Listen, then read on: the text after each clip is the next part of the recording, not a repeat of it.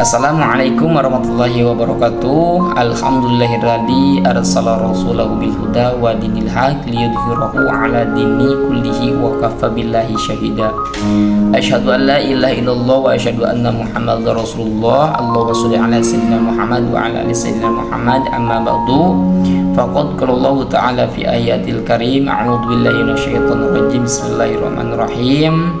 Qala rabbi sholli sadri wa yassir li amri wa hlul 'uqdatam min lisani yafqahu qawli. Wa qala nabiyyuna Muhammad sallallahu alaihi wasallam talabul ilmi faridatun ala kulli muslimin wal muslimat. Al hadits ya. Kepada yang terhormat dosen pengampu mata kuliah public speaking yakni Al-Mukarram Bapak Dr. Adi Kusuma MSI, yang semoga beliau selalu diberikan kesehatan, kelancaran jasmani maupun rohaninya, kemudahan dalam segala aktivitasnya, dan selalu diberikan kemudahan ya dalam segala urusannya, amin ya Allah rabbal alamin. Pertama-tama dan yang paling utama, marilah kita panjatkan rasa puja dan syukur kita kehadirat Allah Subhanahu wa taala yang telah memberikan kita kenikmatan ya jasmani maupun rohani, ya kenikmatan Islam, kenikmatan ihsan, sehingga kita bisa beraktivitas dengan lancar ya. Sholawat dan salam tetap tercurah limpahkan kepada junjungan alam, baginda alam, siapa lagi kalau bukan habibana wa syafi'ina wa maulana Muhammad sallallahu alaihi wasallam, kepada keluarganya, kepada sahabatnya, kepada tabi'in tabi'at, dan kita selaku umatnya semoga mendapatkan syafaatnya di yaumul kiamah nanti, amin ya Allah ya rabbal alamin. Baik, bertemu lagi bersama Ishaq Abdurrahman dengan NIM 23133023 di Learning Journal pertemuan ke 10 di mata kuliah public speaking ya. Alhamdulillah untuk pertemuan ke 10 kemarin ya lancar ya dari awal hingga akhir. Seperti biasa itu sebelum melakukan presentasi atau tugas kelompok itu terlebih dahulu maju 3 orang, dan alhamdulillah untuk yang maju kemarin ya ada pemateri dari 2 laki-laki dan 1 perempuan. Mungkin ya yang saya mudah pahami terkait materi yang telah disampaikan oleh ketiga pemateri tersebut, mungkin saya akan menjelaskan ya atau mengulang kembali terkait sejarah Wali Songo mungkin. Namun sebelumnya saya akan menjelaskan terlebih dahulu ya materi terkait materi yang dibawakan oleh kelompok pertama di mata kuliah public speaking. Oke. Baik, untuk di mata kuliah public speaking, untuk presentasi kelompok pertama itu menjelaskan tentang transformasi ya diri, mentalitas, dan teknik komunikasi untuk pembicara handal. Oke. Itu terdiri dari beberapa anggota ya, seperti yang tadi saya sampaikan dalam pertemuan ke-11, namun learning journalnya pertemuan ke-10. Oke, untuk public speaking kemarin itu ya, sebelumnya public speaking itu adalah keterampilan penting yang berdampak besar dalam kehidupan profesional maupun personal ya. Kemampuan berbicara di depan umum tidak hanya memengaruhi efektivitas komunikasi, tapi juga membentuk citra dan kepercayaan diri seseorang, meskipun begitu banyak orang yang merasa gugup saat tampil di depan audiens. Nah, oleh karena itu diperlukan proses transformasi diri yang menyeluruh untuk menjadi pembicara yang handal. Yang pertama ada mempersiapkan mental dan pengetahuan. Nah, sukses berbicara di depan umum dimulai dari kesiapan mental dan penguasaan materi. Nah, artinya persiapan mental meliputi latihan pernapasan, visualisasi keberhasilan dan kesadaran tubuh agar tampil tenang dan percaya diri. Nah, selanjutnya ada penguasaan pengetahuan, mencangkup memahami materi secara mendalam dan menyusunnya dengan cara yang mudah dipahami oleh audiens. Nah, selanjutnya ada performa bahasa ya. Jadi penggunaan dari segi bahasa harus diperhatikan dengan seksama ya. Yang pertama kita harus bisa pilih kata yang tepat ya. Yang kedua harus susunan kalimatnya secara efektif. Terusan perhatikan intonasi, tempo dan gaya bahasa karena itu dapat membantu menyampaikan pesan secara jelas dan menarik. Nah, selanjutnya ada komunikasi verbal dan nonverbal. Nah, sebelumnya komunikasi verbal itu ya menggunakan suatu kata-kata, lisan atau tulisan untuk menyampaikan suatu ide. Nah, ini biasanya melibatkan suatu aspek fonologi serta sistematis atau semantik ya, serta berfungsi untuk penanaman interaksi dan transmisi informasi.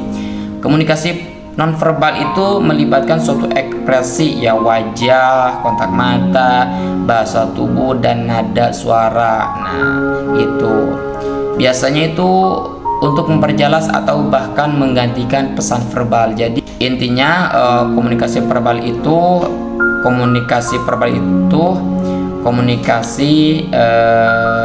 yang melibatkan suatu ekspresi ya, baik itu wajah atau mata dan anggota tubuh gitu. Namun komunikasi verbal dan non verbal ini sangat saling melengkapi ya gitu. Selanjutnya ada simbolik dalam public speaking. Nah, public speaking ini juga mengandalkan simbol-simbol komunikasi teman-teman, baik itu yang verbal maupun yang non verbal. Nah, simbol ini biasanya mencangkup seperti bahasa tubuh, intonasi suara atau simbol puasa dan analog simbolik yang tepat ya. Biasanya untuk memperkuat pesan dan memudahkan pemahaman si audiens gitu.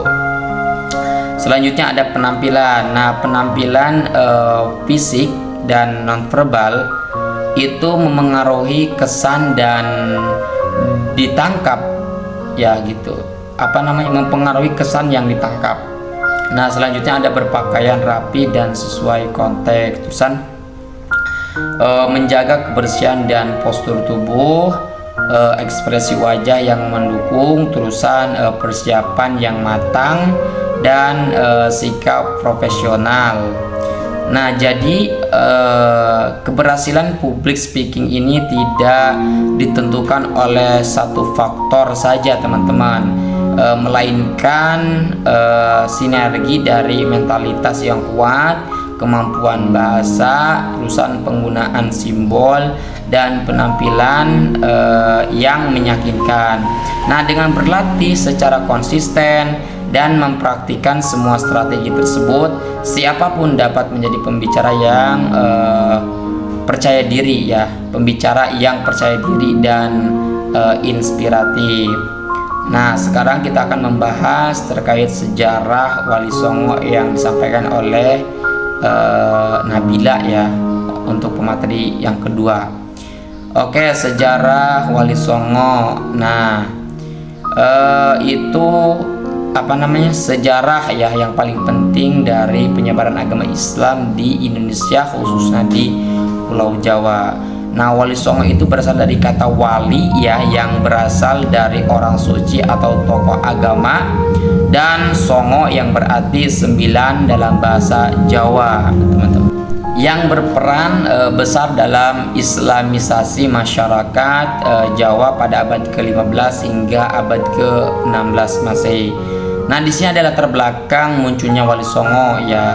Biasa penyebaran Islam ke Nusantara itu dimulai sejak abad ke-7 ya Masehi melalui jalur perdagangan. Nah, namun penyebaran yang masih dan terstruktur di Jawa terjadi pada masa Wali Songo. Nah, mereka itu datang saat kerajaan Majapahit mulai melemah dan menjadi peralihan kekuasaan dari kerajaan Hindu dan Buddha kesultanan Islam seperti Kesultanan Demak. Wali Songo juga dikenal karena pendekatan dakwahnya yang sangat halus dan kultural.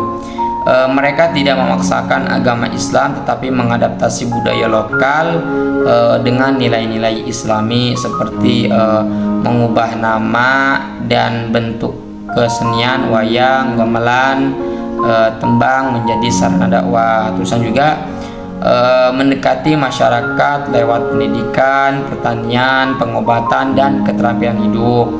Terus juga membentuk pesantren ya, dan sistem pendidikan Islam tradisional. Nah, berikut ya ada nama-nama ya atau anggota Wali Songonya. 9 wali yang dikenal sebagai Wali Songo tadi. Yang pertama itu ada Sunan Gresik, atau bisa disebut Maulana Malik Ibrahim. Nah, penyebaran Islam itu yang pertama di Jawa ya, dikenal karena mengajarkan pertanian dan kesehatan.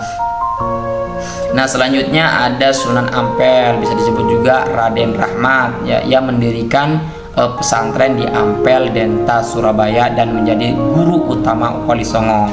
Nah, yang ketiga itu ada Sunan Bonang atau bisa disebut dengan Raden Makhdum Ibrahim, putra dari Sunan Ampel. Nah, dia dikenal dengan dakwah melalui tembang dan seni gamelan. Yang keempat ada Sunan Derajat, bisa disebut dengan Raden Kasim. Beliau fokus pada kesejahteraan sosial, membangun rumah bagi fakir miskin. Nah, selanjutnya ada yang kelima ya, Sunan Kalijaga, bisa disebut dengan Raden Said ya, pendakwah yang sangat terkenal menggunakan wayang dan budaya Jawa sebagai media dakwah. Nah, yang keenam ada Sunan Kudus atau bisa disebut dengan Ja'far Siddiq.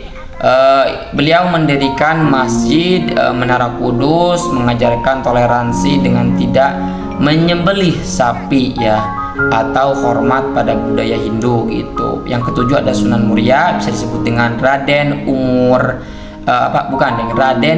Said ya.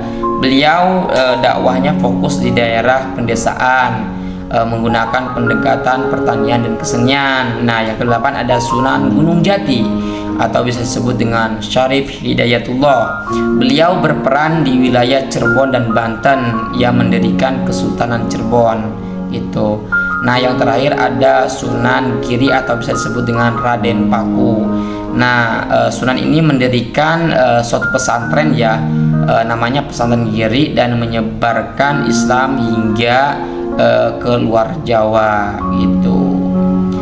Nah, mungkin hanya itu yang bisa sampaikan terkait materi yang telah disampaikan oleh ketiga pemateri. Namun saya ngambil satu materi ya, yang mungkin saya mudah lah untuk diperjelas atau diulang kembali ya. Mungkin sekali lagi saya mohon maaf, kurang lebihnya mohon maaf ya. Wassalamualaikum warahmatullahi wabarakatuh. Sampai jumpa di Learning Journal selanjutnya. Dadah.